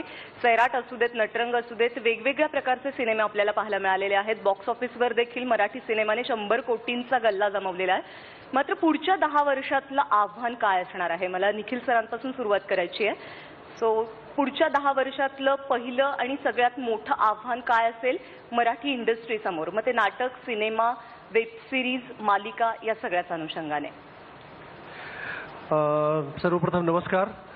एबीपी माझाला मी खऱ्या अर्थी धन्यवाद देऊ इच्छितो, कारण मला असं वाटतं की एंटरटेनमेंटच्या बद्दल अनेक परिसंवाद होतात. आम्ही सगळेच जण अनेक ठिकाणी असतो, सगळ्यांना एकमेकांना भेटत असतो. पण मला वाटतं इतक्या स्ट्रक्चर्ड पद्धतीने किंवा इतक्या सिरियस पद्धतीने एंटरटेनमेंटचा पुढच्या 10 वर्षांचा विचार करणारा परिसंवाद मला वाटतं मी मराठीत काय किंवा हिंदी, इंग्लिश फोरम्समध्ये जातो तिथे कुठेही झालेलं नाही आहे. त्यामुळे मी तुमचे खरोखर आभार आहे की मला असं वाटतं खूप महत्त्वाचा हा विषय आहे तो याच्यासाठी की मगाशी तिन्ही प्रस्तावनेमध्ये म्हटलं की ज्या प्रकारे आपण म्हणूया एंटरटेनमेंटच्या संकल्पना बदलत आहेत, विशेषतः ज्या प्रकारची ॲक्सेस मीडियम सध्या उपलब्ध होत आहेत त्याच्याने पुढची 10 वर्ष तर राहून द्या, मला वाटतं 5 वर्षातच याचं चित्र वेगळं असेल. आणि जी काही कन्व्हेन्शनल माध्यमं आहेत, म्हणजे आपण असं म्हणूया की अगदी प्रिंट मीडिया आहे, ते टी व्ही आहे, इथपासून त्याच्यात खूप आमूलाग्र बदल ऑलरेडी घडताना दिसत आहेत. आणि मला असं वाटतं डिजिटल क्रांती जी येणार आहे त्या क्रांतीचा खरं तर मला असं वाटतं कोणालाच आता अंदाज नाही आहे. आपण एक प्रकारे सगळेच जण तिथे एक हवेत तीर मारतायत असं मला वाटतं कधी कधी. पण डिजिटल मीडियम जो आहे तो ह्या सगळ्या कॉन्सेप्ट्सला, म्हणजे या सगळ्या मेकर्सना मला असं वाटतं सगळ्यात महत्त्वाची गोष्ट काय करेल तर तो चॅलेंज करेल असं मला वाटतं. आणि त्याच्याकरता महाराष्ट्रातलं जे आपलं टॅलेंट आहे, म्हणजे आपल्याकडे असलेले कलाकार आहेत, लेखक आहेत विशेषतः आणि दिग्दर्शक आहेत, ह्या सगळ्यांमध्ये हे पोटेन्शियल आहे की आपल्या सगळ्यांकडे ती एक ग्रेट अडॅप्टेबिलिटी आहे. आणि ह्याचं कुठेतरी कारण म्हणजे हा एक वेगळा विषय होईल की आपली जी एक शैक्षणिक पात्रता आहे की या महाराष्ट्रामध्ये तुम्ही आज सोलापूरमध्ये जा, कोल्हापूरला जा, पुण्यात जा, तर इथल्या असलेल्या सगळ्या जनरेशनला आज गेम ऑफ थ्रोन्स पण छान माहिती आहे, झी मराठीवरल्या मालिकाही सगळ्या छान माहिती आहेत, त्यांना सैराट देखील छान माहिती आहे, आणि त्यांना येणारा टॉयलेट एक प्रेमकथा नावाचा सिनेमा आहे जो वायकॉमचा सिनेमा आहे तोही त्यांना माहिती आहे. सो ही जी प्रगल्भता आहे कॉन्टेंट समजून घेण्याची किंवा कॉन्टेंट बद्दलची अशी जी एक आशा आहे, तर मला असं वाटतं ही खूप जबरदस्त काय म्हणूया स्ट्रेंथ आहे आपली. त्यामुळे एकीकडे डिजिटल मीडियम एक वेगळ्या प्रकारच्या गोष्टी, एक वेगळ्या प्रकारच्या कॉन्टेंट निर्माण करण्याची गरज आपल्याला काय म्हणूया एक पुश करणार आहे. पण त्याचबरोबर आपल्याकडे असलेलं एक टॅलेंट आहे ते नक्कीच हे आव्हान स्वीकारू शकेल असं मला कुठेतरी वाटतं. आणि म्हणजे एक शेवटचा मुद्दा या ह्याच्यातला असं मला वाटतं की गेल्या 10 वर्षात ज्या प्रकारे विशेषतः Marathi T V, Marathi cinema ज्या प्रकारे वाढला आहे आणि त्याला येणारी डिजिटलची साथ आहे पुढच्या 10 वर्षामध्ये, तर मला असं वाटतं मराठीची जी ताकद आहे ती येणाऱ्या 5 ते 10 वर्षात आपल्याला खूप मोठ्या प्रमाणात वाढलेली दिसून येईल असं मला वाटतं. जसं आता तुम्ही बोलताना उल्लेख केला, आपल्याकडे प्रयोग कायम होत असतात मराठीमध्ये. आता देखील कच्चा लिंबूच्या निमित्ताने दिग्दर्शक, अभिनेता म्हणून आम्हाला रवी जाधव यांच्या रूपाने पाहायला मिळणार आहे. मात्र हे प्रयोग होत असताना बॉक्स ऑफिसवरती ते चित्रपट फार काही कमाल करू शकत नाही. याची कारणं काय वाटतात? नमस्कार, धन्यवाद एबीपी माझा आणि अभिनंदन 10 वर्ष कंप्लीट केल्याबद्दल. कारण आपण सगळेच आता एका चॅलेंजिंग वर्ल्डमध्ये राहतोय. प्रत्येक ठिकाणी खूप चॅलेंजेस आहेत आपल्याला आणि त्यामध्ये 10 इयर्स सक्सेसफुली कंप्लीट करणं इज रिअली रिमार्केबल. मला पर्सनली विचाराल की नेक्स्ट 10 इयर्स आणि त्यामध्ये काय काय होणारे बदल, तर मला नेहमी असं वाटतं की लास्ट 2-3 इयर्स बॅकच हे डिजिटल सुरू झालेलं आहे. खूप स्लोली ती आपल्यापर्यंत पोचलं. आणि मराठी सिनेमा सदैव बघतो की त्याचा एक खूप छान टाईट बजेट असतो, एक सुंदर गोष्ट असते, ती मोस्टली टार्गेट असते मिडल क्लास लोकांकडे. मला वाटतं येत्या 5-6 वर्षात सगळे बदलून जाणार मला वाटतं. कारण जी मुलं आहेत, जी माझी मुलं आहेत फॉर एक्झाम्पल, ती मराठी एंटरटेनमेंट अजिबात पाहत नाहीत. आणि सर्वात मोठं चॅलेंज ॲज अ दिग्दर्शक किंवा निर्माता माझ्यावरती असं असेल की त्याला मी कसं आणू. ज्या पद्धतीने आज सगळे विचार करतात की आपण मुलांना कसं मराठी शिकवू, तसंच आपण मुलांना मराठी चॅनल्स दाखवायला कसे भाग पाडू, आपण त्या मुलांना मराठी सिनेमा दाखवायला कसं भाग पाडू, आपण त्या मुलांना मराठी नाटक बघायला कसं भाग पाडू. आपण अजूनही म्हणतो की सुवर्ण काय युग चालू आहे मराठी सिनेमांचं आणि नाटकाला पण खूप रिस्पॉन्स मिळतोय. पण यंग मुलं येत आहेत का? जो टार्गेट ऑडियन्स 13 to अराउंड 22-24 आहे तो येतो आहे का? तो नाही येत आहे. तुम्ही पहा, अमर फोटो स्टुडिओ नाटक आलं होतं ते यूथसाठी होतं, पण तिथे यूथ येत नव्हता. 35 ते 40 वर्ष आणि त्याच्या पुढची लोकच तिथे येत होती. आज एवढी मोठी एकांकिका चळवळ महाराष्ट्रात चालू आहे, इतक्या पद्धतीची यंग मुलं नाटकं करतायत. मग मराठी कॉलेजचे स्टुडंट नाटकं का पाहत नाहीत? मराठी कॉलेजचे स्टुडंट मराठी सिनेमा सेलिब्रेट का करत नाहीत? एखादं उदाहरण असतं अख्ख्या वर्षामध्ये जो मराठी यंग मुलं जो सिनेमा डोक्यावरती घेतात आणि तो सिनेमा खूप चालतो. त्याचा टाइमपास असेल, सैराट असेल, म्हणजे पोटेन्शियल आहे, ताकद आहे. मराठी यंग मुलांना सिनेमा पाहायचा आहे, पण त्यांच्यासाठी आम्ही गोष्टी निर्माण करतो आहोत का? ते आज गेम ऑफ थ्रोन बघतायत, त्यांना अत्यंत आवडतं आहे. ते आज वेगवेगळ्या वेब सिरीज बघतायत, त्यांना अत्यंत आवडतं आहे. त्यांच्याकडे व्हॉट्सॲप आहे. आता हे व्हॉट्सॲप एक टी व्ही चॅनलसारखं काम करत आहे. म्हणजे आज मॅक्सिमम माणसं दिवसातनं 4-4, 5-5 तास व्हॉट्सॲपवरती बिझी असतात. त्यांना सिनेमासाठी 2 तास नसतो. हा फॅक्ट आहे. आज फेसबुकवरती बरीचशी माणसं, म्हणजे हे आपण मीडियम म्हणून पकडले जात नाही, एंटरटेनमेंट मीडियम म्हणून पाहिले जात नाहीत. For me they are very big entertainment channels. कारण फेसबुकवर तर व्हिडिओज यायला लागले. आधी यूट्यूब होतं, आता व्हॉट्सॲपवर लोक मॅक्सिमम व्हिडिओ लोक व्हॉट्सॲपवर पाहतात. त्यामुळे आता नाटक, सिनेमा, वेब सिरीज, त्यानंतर येणारं इलेक्शन, आता जेव्हा इलेक्शन येतं किंवा एखादी मोठी घटना घडते तुम्ही बघता की न्यूज चॅनल एंटरटेनमेंट चॅनल बनतात. त्यावेळी मॅक्सिमम माणसं हे न्यूज चॅनल पाहत असतात आणि त्यावेळी सिनेमा हॉल रिकामे पडलेले असतात. त्यामुळे सगळ्याचा आपण जर विचार केला तर मला वाटतं मग पोटेन्शियल कुठे आहे? तर मराठीमध्ये सर्वात मोठं लॅकिंग गोष्ट आता आहे ती यूथसाठी सिनेमा तयार करणं. आणि मला पर्सनली वाटतं तुम्ही गेले 3-4 वर्षात बघा, हायेस्ट चाललेले सिनेमे हे यूथसाठी केलेले होते आणि त्याला यूथला चांगला रिस्पॉन्स दिला. मग 120 पैकी फक्त 5 सिनेमा यूथचे का बनतात? पण जे यूथसाठी म्हणून बनवतात त्यांचं टेकिंग आणि त्यांची कथा किंवा त्यांची मांडणी ही 1980ची असते. मग ते यूथला नाही आवडत. त्यामुळे आजच्या यूथला समजून त्यांचे विषय काय आहेत हे समजून जर सिनेमा केला तर मला वाटतं कमतरता आहे मराठीमध्ये की नाही मिळत आहे. आता प्रेक्षकांना जे हवंय ते नाही पाहायला मिळत. कारण तोच उद्याचा ऑडियन्स आहे, तोच पुढच्या 10 वर्षाचा मोठा ऑडियन्स आहे. तोच ऑडियन्स त्याच्या मुलांना सांगेल आणि तो ऑडियन्स कंटिन्यू होईल. Otherwise it's very difficult. आणि मी नेहमी म्हणतो की सुवर्ण काळ वगैरे ते सगळं अफवा आहेत व्हेरी फ्रँकली. कारण 120 सिनेमे बनतात प्रत्येक वर्षाला. खूप मोठी त्या 120 पैकी तुम्हाला खरं सांगतो 50 जणांना सिनेमा कसा करतात हेही माहीत नसतं. आता उरले 70. त्या 70 पैकी फक्त 5 मोजून गेल्याच मी 10 वर्षात बघा ओनली 5 फिल्म्स हे 5 करोडचा बिझनेस क्रॉस करतात. म्हणजे किती भीषण अवस्था आहे बघा. त्यामुळे मी नेहमीच म्हणतो नका बोलू सुवर्ण अवस्था, खूप खूप लांब होतं अभियान त्याच्यापासून. नाही, खरं तर आता तुम्ही जसा उल्लेख केला ना तसं भाषेचा अंतर किंवा सिनेमा हे माध्यम असं आहे ना की ज्याच्यामध्ये भाषेचा अडथळा येत नाही. कारण आमच्याच ऑफिसमधले सगळे तरुण वर्गातली मुलं जी मल्याळम सिनेमा म्हणजे चार्ली असू देत, प्रेमम असू देत 2दा-3दा पाहिलेली आहेत. म्हणजे भाषा समजून घेण्यासाठी त्यांनी ते चित्रपट पाहिलाय. मग मराठीमध्ये हे कमी पडतंय, मराठी इथे कमी पडतंय? ॲब्सोल्युटली. कारण आता मला आठवतं ना जसं एक्झॅक्टली तुम्ही बोललात की भाषा आता म्हणजे खूप मागे पडत चालली आहे. लोकांना एखादं गाणं साऊथचं आवडलं ते पाहताना ते व्हायरल होते. हल्ली कोणती पूजाचा व्हिडिओ सडनली व्हायरल होते कारण ते कंजी असं मी ऐकलं. त्यामुळे हे एक वेगळे नवे प्रकार येत चालले आहेत आणि ते इतके इंटरेस्टिंग आहे. ते अंडरस्टँड करून लक्ष ठेवून आपल्या बाजूला काय चाललंय, आजचा एक्झॅक्ट ऑडियन्स कोण आहे जो मॅक्सिमम सिनेमा पाहतो किंवा मॅक्सिमम एंटरटेनमेंट कन्झ्युम करतो, त्याच्यासाठी होत आहे का काम? त्याच्यासाठी काम होत नाही. मला नेहमी असं वाटतं की गेम ऑफ थ्रोनची जी इमेजरी आहे की आपण पुन्हा म्हणतोय की त्या टाईपची इमेजरी, त्या टाईपचं बिगनेस, त्या टाईपचं टेकिंग, त्या टाईपची गोष्ट सांगायची पद्धत किंवा आजच्या नेटफ्लिक्सच्या असणाऱ्या सगळ्या सिरियलच्या तुम्ही पटकथा बघा, त्या इतक्या अमेझिंग पटकथा असतात.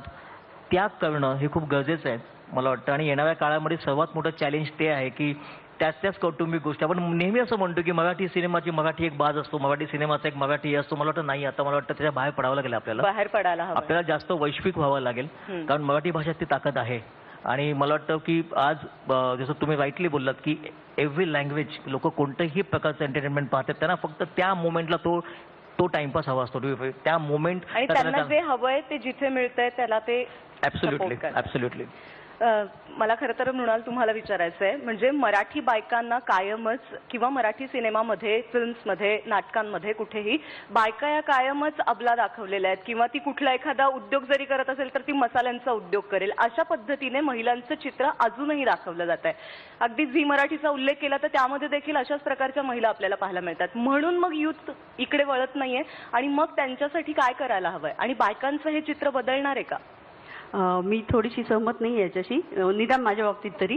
मी मराठीतली माझी सगळ्यात गाजलेली भूमिका होती अवंतिका आणि ती अजिबातच अशी नव्हती. आणि साधारण घरात न बसणाऱ्या आणि व्यवस्थेविरुद्ध भांडणाऱ्या स्त्रियांच्या भूमिका माझ्या वाट्याला आल्या किंवा मी त्या स्वीकारल्या असं म्हणूया. त्यामुळे चित्र असंच आहे असं नाही. मला आनंद दोन गोष्टींचा होतो की गेल्या 5 वर्षामध्ये तू पण याला सहमत होशील की एंटरटेनमेंटमध्ये, मीडियामध्ये प्रचंड महिलांचं प्रमाण वाढलेलं आहे आणि त्याला रिसेप्टिबिलिटी पण महिलांचीच वाढलेली आहे जास्त आणि असं मला खूप मनापासून अभिमान वाटतो.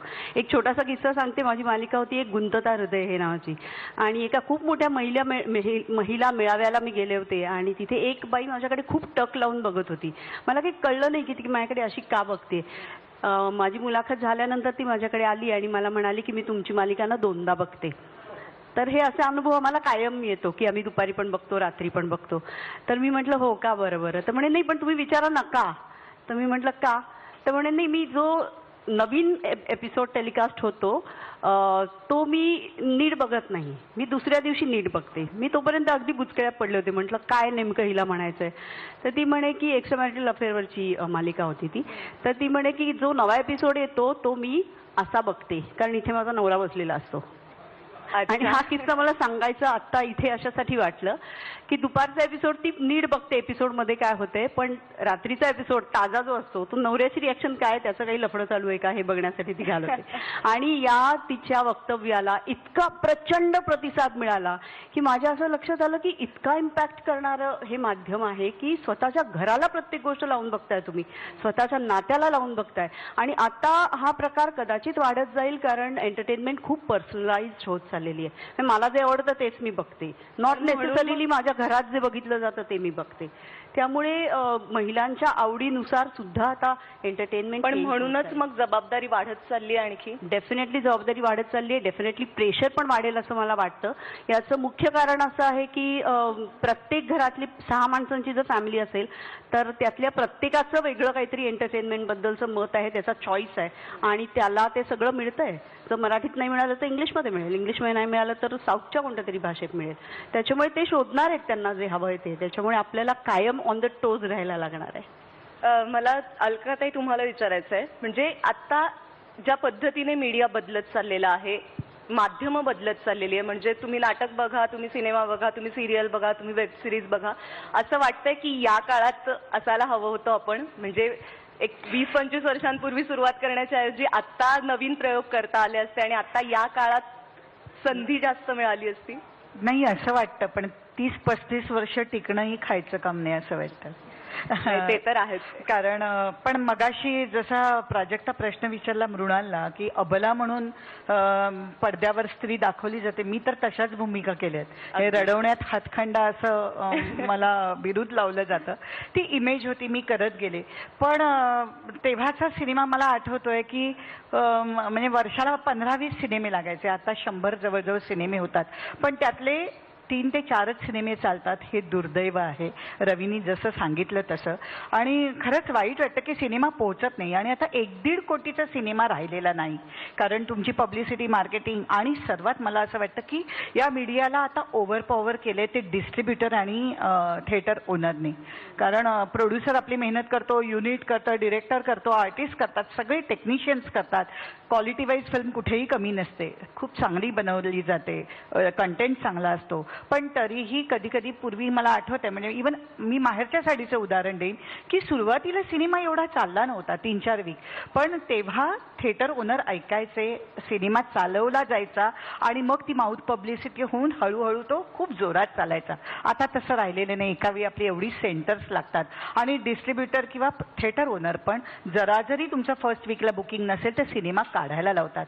मग कधी कधी तो पोहोचत नाही आणि मराठी ऑडियन्स पाहताना प्रायोरिटी हिंदी हिंदी सिनेमाला देतो. मगाशी रवीने सांगितलं तसं हे फॅमिली बघायला दुसरा सिनेमा जाईल, पण मराठी सिनेमाला फक्त त्यातले म्हणजे मी म्हणेन सिनियर सिटीजन किंवा आई वडील असाच ऑडियन्स जातो. तर हे चित्र नक्कीच बदलायला हवं आणि मराठी चित्रपटाला प्रायोरिटी देऊन त्या पद्धतीचे विषय आले तर मला असं वाटतं की चालायला हवेत. पण मार्केटिंग आणि पब्लिसिटी हे खूप महत्त्वाचं गणित आत्ता झाले. याच अनुषंगाने मला विचारायचं आहे की आत्ताच्या घडीला म्हणजे ज्या पद्धतीने हिंदीमध्ये देखील आपल्याला पाहायला मिळतं, एखादी बिग बजेट फिल्म येणार असेल तर बाकीचे त्या तारखेला दुसऱ्या फिल्म्स रिलीज करत नाहीत. ही एकही मराठीमध्ये आपल्याला पाहायला मिळत नाही. अगदीच मागच्या आठवड्यातलं उदाहरण घ्यायचं झालं तर सुबोध भावेचे 2 चित्रपट एकाच दिवशी रिलीज होत आहेत. म्हणजे त्या कलाकारालाही कळत नाही की आपण कुठल्या फिल्मचं प्रमोशन करावं. मग ही एकी असायला नको इंडस्ट्री म्हणून, तर मग वाढणार कसं आपला मराठी सिनेमा? मला असं वाटतं कधी कधी म्हणजे एकी आहे असं माझं मत आहे, अगदी नाही याच्यातला भाग नाही आहे. इनफॅक्ट ती वेगळ्या अर्थी आहे की उलट आम्ही एकमेकांना म्हणजे आमच्यातलं चित्र दुसरंही सांगायचं झालं की एकमेकांना रिक्वेस्ट केली की लोक ऐकतात सुद्धा. हिंदीमध्ये तर हे तुम्ही करूच शकत नाही की कोणाला रिक्वेस्ट केली आणि कोणी काही तुमच्या रिक्वेस्टचा आदर केला अशी परिस्थिती नाही आहे. गेल्या महिन्याचं अशी काही काही उदाहरणं होतात. मला वाटतं गेल्या वर्षी मृणालचाही 2 वर्षापूर्वी जेव्हा सिनेमा होता तेव्हा एकाच दिवशी 6 चित्रपट होते. पण मला असं वाटतं कधी कधी ती परिस्थिती अशी येते की तिथनं मार्ग नसतो आणि थिएट्रिकल रिलीज हा एक फॉर्मॅट असा आहे की तुम्हाला दर शुक्रवारी सिनेमा रिलीजच करायला लागतो. त्यामुळे तिथे असलेले 52 आठवडे आणि 52 आठवड्यात येणारे 100 सिनेमे ह्याचं वेळापत्रक ते व्यस्तच राहणार आहे. त्यामुळे हा प्रश्न मराठी करता नाही, हा इतर सर्वच भाषांना भेडसावत असतो असं मला वाटतं. पण ऍक्च्युली या बाबतीमध्ये ऑडियन्स खूप सुजाण आहे मला वाटतं. कारण मी बरेच एक्झाम्पल बघतो की एका आठवड्यात 5 सिनेमे 4 सिनेमे ते फक्त एकमेकांचा शेअर कमी करतात पण चालतो आणि लक्षात जातो तो सिनेमा जो उत्तम आहे. झालंय असं आता की एक आधी सुंदर काळ होता जेव्हा आपण एक थिएटरच्या आतमध्ये जायचो, सगळीकडे मस्त काळोख असायचा, चांगले स्पीकर्स असायचे, चांगलं AC असायचं आणि त्याच्यासाठी तयार केलेला एक एक्सपिरियन्स म्हणून तो सिनेमा असायचा. मग तसं ते म्युझिक असायचं, त्याप्रमाणे मध्ये सायलेन्स असायची वगैरे. आता तो लोकलमध्ये पाहिला जातो, आता तो हॉटेलमध्ये पाहिला जातो, आता तो चालत्या रस्त्यांमध्ये पाहिला जातो, रिक्षामध्ये पाहिला जातो. इमॅजिन करा ही जर सवय वाढत गेली तर ॲज अ दिग्दर्शक 2-3 वर्षानंतर मला तसं डिझाईन करायला लागेल की हा सिनेमा हा ट्रेनमध्ये पाहिला जाणार आहे बरं का, तसं मला साऊंड लाऊड ठेवायला लागेल. सो तिथपर्यंत वेळ आलेली आहे. त्यामुळे आपण जर म्हणतो फ्युचर तर मला वाटतं खूप बारकाईने प्रत्येक गोष्टीकडे पाहिलं पाहिजे. चांगल्या सिनेमाकडे पाहिलं पाहिजे, वाईट सिनेमांकडे सुद्धा पाहिलं पाहिजे. कारण मला वाटतं वाईट सिनेमांकडनं जास्त शिकता येतं की हे काय करू नये. आणि जसं जसं वर्ल्ड मी प्रत्येक वेळी बघतो की मुलं बघतायत ते लोकलमध्ये, मला असं वाटतं माझा सिनेमा लोकलमध्ये बघतील ना लगेच. मग मी तो कसा करू की जो त्याला लोकलमध्ये सुद्धा बघायला आवडेल. कारण मी नक्की विसरू शकत नाही की लोक पाहतायत, मला ते मान्य करावं लागेल की ते पाहतायत. थिएटरमध्ये कमी आणि बाहेर जास्त पाहतायत. मी पहिल्याच ह्याच्यात जे म्हटलं की मराठीत इतकी प्रगल्भता आहे दिग्दर्शकांची की आज रवीला लक्षात येत आहे की लोकलमध्ये सिनेमा बघणार, रिक्षात सिनेमा बघणार आणि हे नवं चॅलेंज आहे आणि त्याच्याकरता तो ऑलरेडी प्रिपेअर होतोय. सो माझा जो मुद्दा होता की आपल्याकडे ही गुणवत्ता आहे की नवीन चॅलेंजेसला किंवा नव्या परिस्थितीला आपण खूप लवकर अडॅप्ट करू. पण मग यालाच जोडून मला म्हणायचं आहे की पायरसी, फिल्म लीक होणं किंवा अशा पद्धतीने ही जी आव्हानं आता पुढे येत आहेत त्याच्यासाठी हिंदीमध्ये आपल्याला आणखी एक गोष्ट पाहायला मिळते की इकडे फिल्म रिलीज होते आणि पुढच्या 8-1 दिवसात Amazon प्राईम किंवा अशासारख्या ज्या डिजिटल वेबसाईट्स आहेत त्याच्यावरती फिल्म रिलीज होते, लोक तिथून डाउनलोड करू शकतात किंवा ती पाहू शकतात. तर अशा पद्धतीने मराठीने पावलं उचलणं गरजेचं आहे असं नाही वाटत का? हो, ॲब्सोल्युटली. आय थिंक तिथे होतंय आणि मला म्हणजे काही काही गोष्टी या टप्प्यानुसार होतात. म्हणजे बरोबर 10 किंवा 20 वर्षापूर्वी मराठी इंडस्ट्री होती का तर नव्हती. आज आपण 20 वर्षांनी पुढच्या 10 वर्षाचा विचार करतोय तर हे त्याचं यश आहे असं मला वाटतं की इतक्या मोठ्या प्रमाणात असलेली TV चॅनल्स आहेत, वर्तमानपत्र आहेत, डिजिटल ॲप्स आहेत, मराठी सिनेमा ग्रो होतोय. सो मला वाटतं हा सगळा व्यवहार जर बघितला तर तुम्ही एक साधारण 1000 कोटीचा बिझनेस आज मराठी इंडस्ट्रीचा आहे. So I think he itself एक मोठी गोष्ट आहे आणि ती ग्रो होईलच. सो आत्ता सैराटचं उदाहरण द्यायचं झालं तर नेटफ्लिक्स US त्यांनी सैराटला डिजिटली ट्रॅक करून तो ॲक्वायर केलेला पहिला मराठी सिनेमा आहे. सो आता ही गोष्ट घडत जाणार आहे की पूर्ण जगाचं म्हणजे ह्या ज्या सगळ्या इंटरनॅशनल कंपनीज आहेत त्यांचंही लक्ष तुम्ही किती चांगलं कॉन्टेंट बनवताय ह्याच्याकडे राहणार आहे.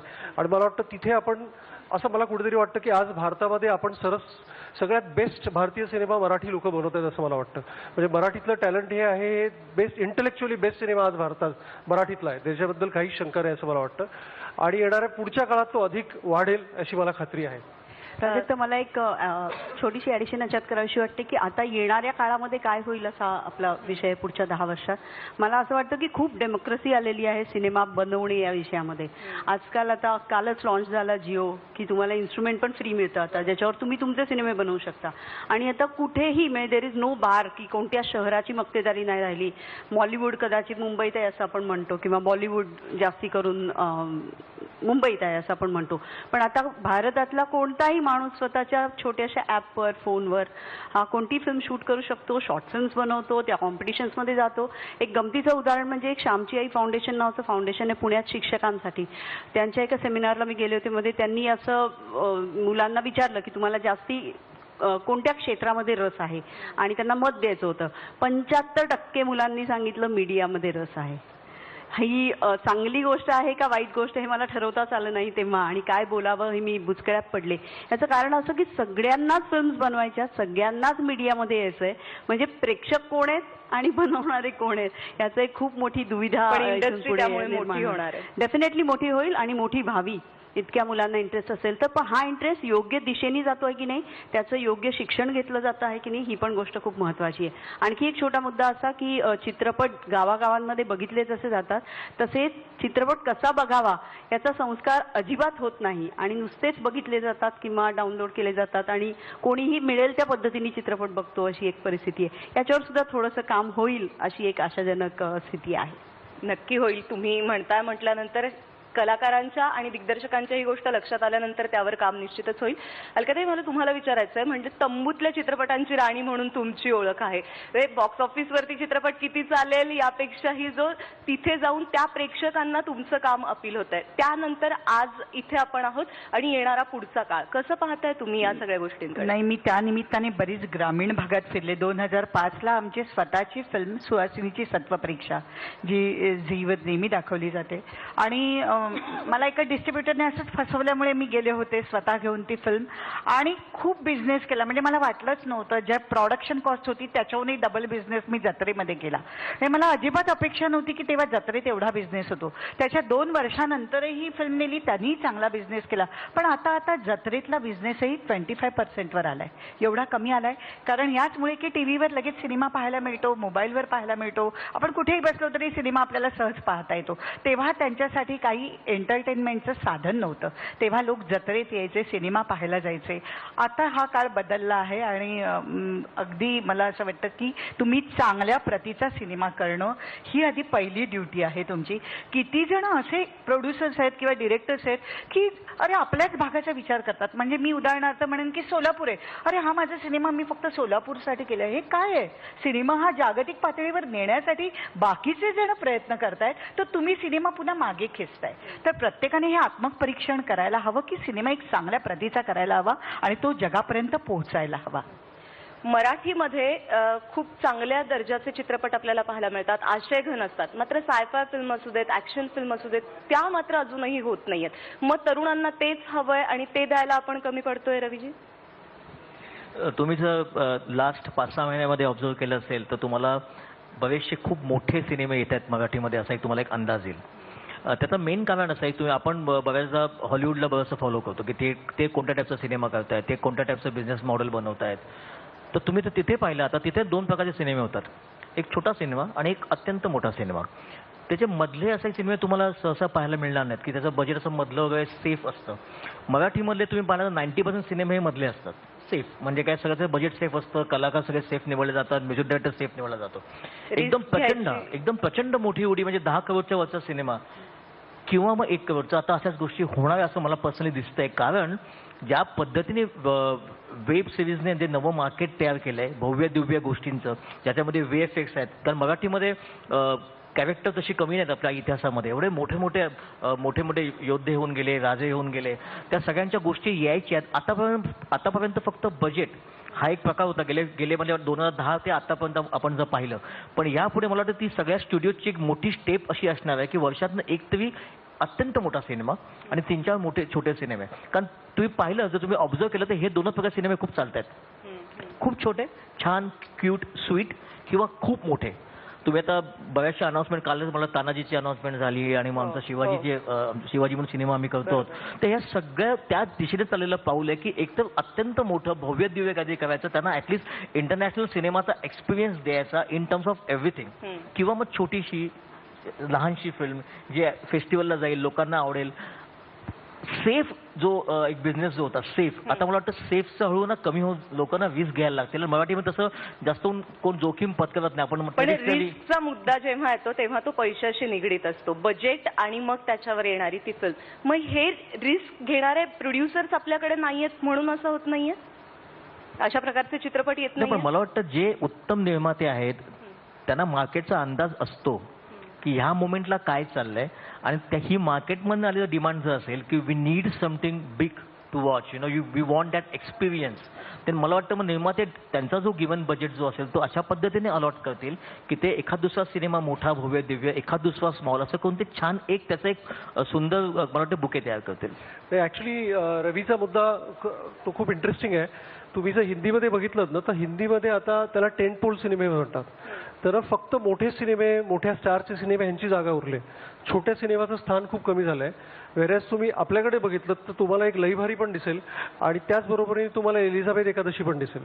सो तुम्हाला सैराट पण दिसलाय आणि या चीव ची चौका पण दिसलाय, ज्या दोन्ही सिनेमांना लोकांनी त्या तुलनेने खूप चांगला प्रतिसाद देताना आपल्याला बघायला मिळालेला आहे. आणि जसं रवी म्हणाला की मोठा सिनेमा, तर आय थिंक येस, ते मला वाटतं आम्हाला सगळ्यांना खुणावतंय, सगळ्या प्रोड्युसर्सना किंवा आता स्टुडिओ म्हणून वायकॉमला पण.